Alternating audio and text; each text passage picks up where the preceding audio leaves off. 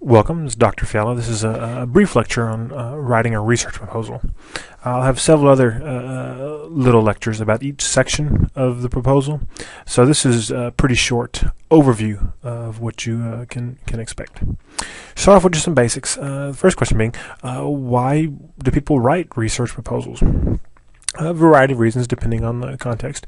But generally, you can break it down into three main categories. One, to get approval for a project, and this is often happens if you're writing a thesis or dissertation.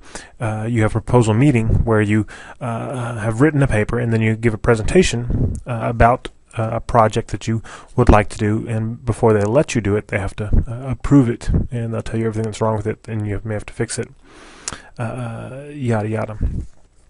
You might also have to do it for an IRB, although usually IRBs don't want to read long papers, so they just want, are you going to do anything with people? Are you going to hurt them? So usually a very abbreviated proposal for those situations. But for theses and dissertations, the papers can be quite long. The other big reason is to get somebody to pay for your research, right? You're looking for funding.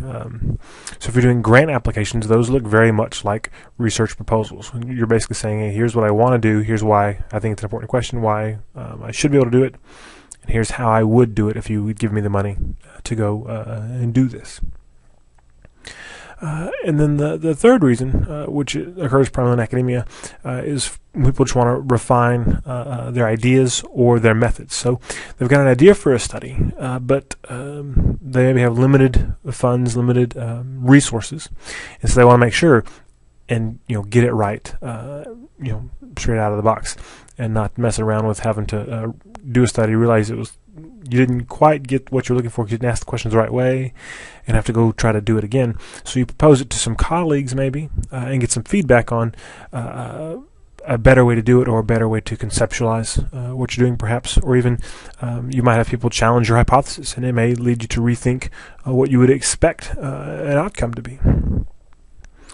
Okay, so who's the audience for proposal? Well, depends on the purpose, but generally it's some group or a committee of people who are, again, making some decision or giving you feedback.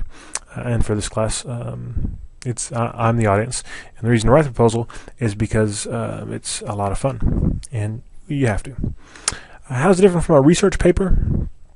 A couple ways. Two primary ones. One, verb tense.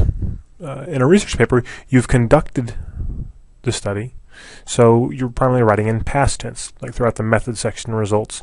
Participants did this. In proposal, you haven't done it, so don't write it in past tense. And how many times I say that, people will still write in a proposal, participants completed yada yada. And no, they didn't. This is a proposal paper, not a research paper. So pay attention to your verb tense. And I'll talk more about that when we talk about the method section, because that's usually where people trip up. And the other thing, obviously, you don't have any analyzed data, which significantly changes your, instead of a results section, you have a data analysis section, and your discussion section is also quite different because you don't have any results to discuss. Okay, so the components of a research proposal. Similar to a paper, you have an introduction section where you're presenting two main things. One is your research question, and related to that, you're having to justify the importance of your question. So why should anybody care about the answer to some question you're posing? Why is it important? And it could be kind of very applied reasons, like, well, if we got the answer to this question, we could really help people, or people are suffering, so we need to know.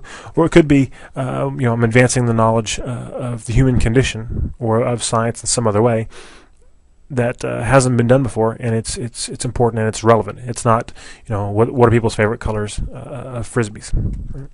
So the importance of your research question, and then the other thing you're going to address in the introduction is our current body of knowledge related to that question. So what do people currently think in terms of what people would say the answer is? What do we know about that question in general?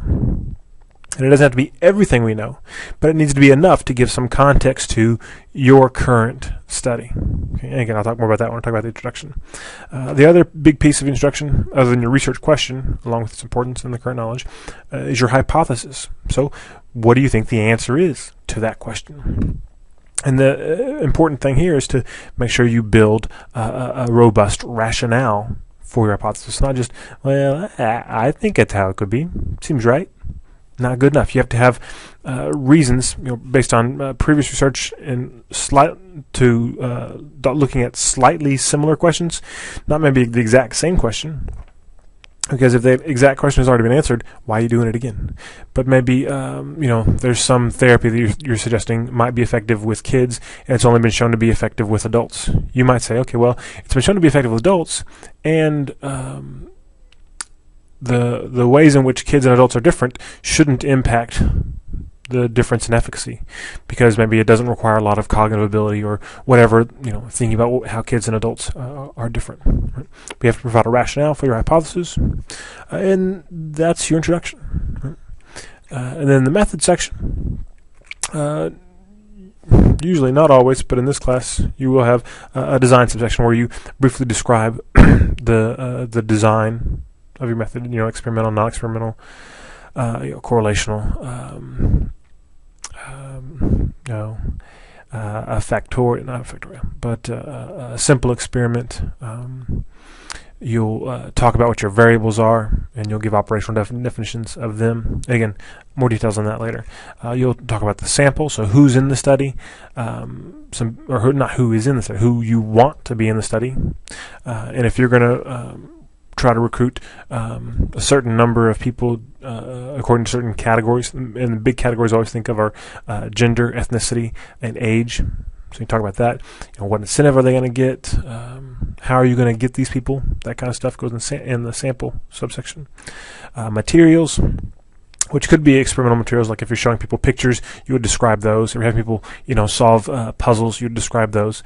But it's also, what goes here are your measures. So sometimes it's called, if you don't have any manipulative materials, it's just called the measures section. Materials is fine too, where you describe the questionnaires and the surveys or the tests that you're having people complete, and talk about the psychometric properties and how many questions there are and all that stuff. And then the usually the big section of the method is the procedure. So what will people do when participants first arrive at the experiment, or when I first arrive, in the field where I will observe people, whatever, what's going to happen from beginning to end, and how long it's going to take, with enough detail that somebody can go back and do it again. Right? And for proposal, with enough detail, people say, yeah, I think you're doing the right thing, and it makes sense that you're doing that. So the other thing you want to kind of weave throughout the method section in a proposal is why you're making some decisions. Like, well, I'm going to get people this way because it'll be a representative sample of this population who I'm really interested in. Or I'm making sure to counterbalance the presentation of these stimuli to avoid a confound of order effects, which we'll talk later about what order effects are. But you want to talk about why you're making some of your decisions as well. And then instead of a results section, typically you have more of a data analysis section. Here you'll talk about, what scores or data will be used, will be analyzed. So we'll evaluate people's average scores on the BDI-2 or whatever it is. And then what tests you're going to use for analysis. Analysis of variance will be used to blah, blah, blah. A Pearson correlation coefficient will be calculated to determine the relationship between blah, blah, blah. Whatever it is, you say what test you would use and what you're going to use it for. Not just, and ANOVA will be used to analyze the results. No, that's too vague. ANOVA will be used to what? Examine differences between this and this, right? And the other thing that people sometimes forget to put is the expected pattern of results. So Pearson correlation coefficient will be calculated to determine the relationship between A and B. It is expected that this will be a positive, moderately sized correlation, right? So what do you think, which goes back to your hypothesis, but stating it in terms of scores on the tests that you're talking about. That's what the results section, the data analysis section is all about. The discussion section then has some overlap. You can restate the expected outcome, which is your hypothesis, right? But not in terms of scores. So in the data analysis section, you may say it's expected that individuals who score, who receive higher scores on the BDI-2 depression inventory, will report having missed more days of work during the 2-month period of observation. Right? So you're saying at a very kind of numbers level what you're expecting. The discussion, you'll say, it's expected that people who report being more depressed miss more days of work. So you'll talk more at the concept level and less at the number level in the discussion section. Once you do that, it doesn't take long, you address what would limit the conclusions that could be drawn. So if I went out and conducted the study and I got some results back, I'm gonna draw some conclusions, right? And either the results will be consistent with my expectations, my hypothesis is supported. So if that were true, so if I'm looking at kind of an experiment, I say, okay, there is an effect of A on B. I could be wrong because blah blah. It has to do with how you collect the data, who you got in your sample, how you measured the variables, whatever. You got to identify those things that would impact your internal validity, maybe. Or you can also think about external validity. So I said there's an effect, but my sample was only left-handed cello players, so it may not generalize to other people, right? So you address that. But you also can here write about if you don't find what you think you're going to find. So I may find that there's no effect, but that could happen because why? Maybe the study was insufficiently powered because you didn't have enough people in the sample, or whatever. That's what you have to think about. That's where your own creativity and thinking comes in. And after you address these potential limitations, you address potential implications of the results. So once we get an answer to this question, it will influence what people do about this. So if I find there is an effect, people should do this. However, if I find there's not an effect, then people should do this. Right? And it could be applied implications. It could also be kind of basic science implications. So if I find there's an effect in this, then that means that the next question is this, or then there's more support for this theory than this theory. Right? All things that you could potentially address in the discussion section.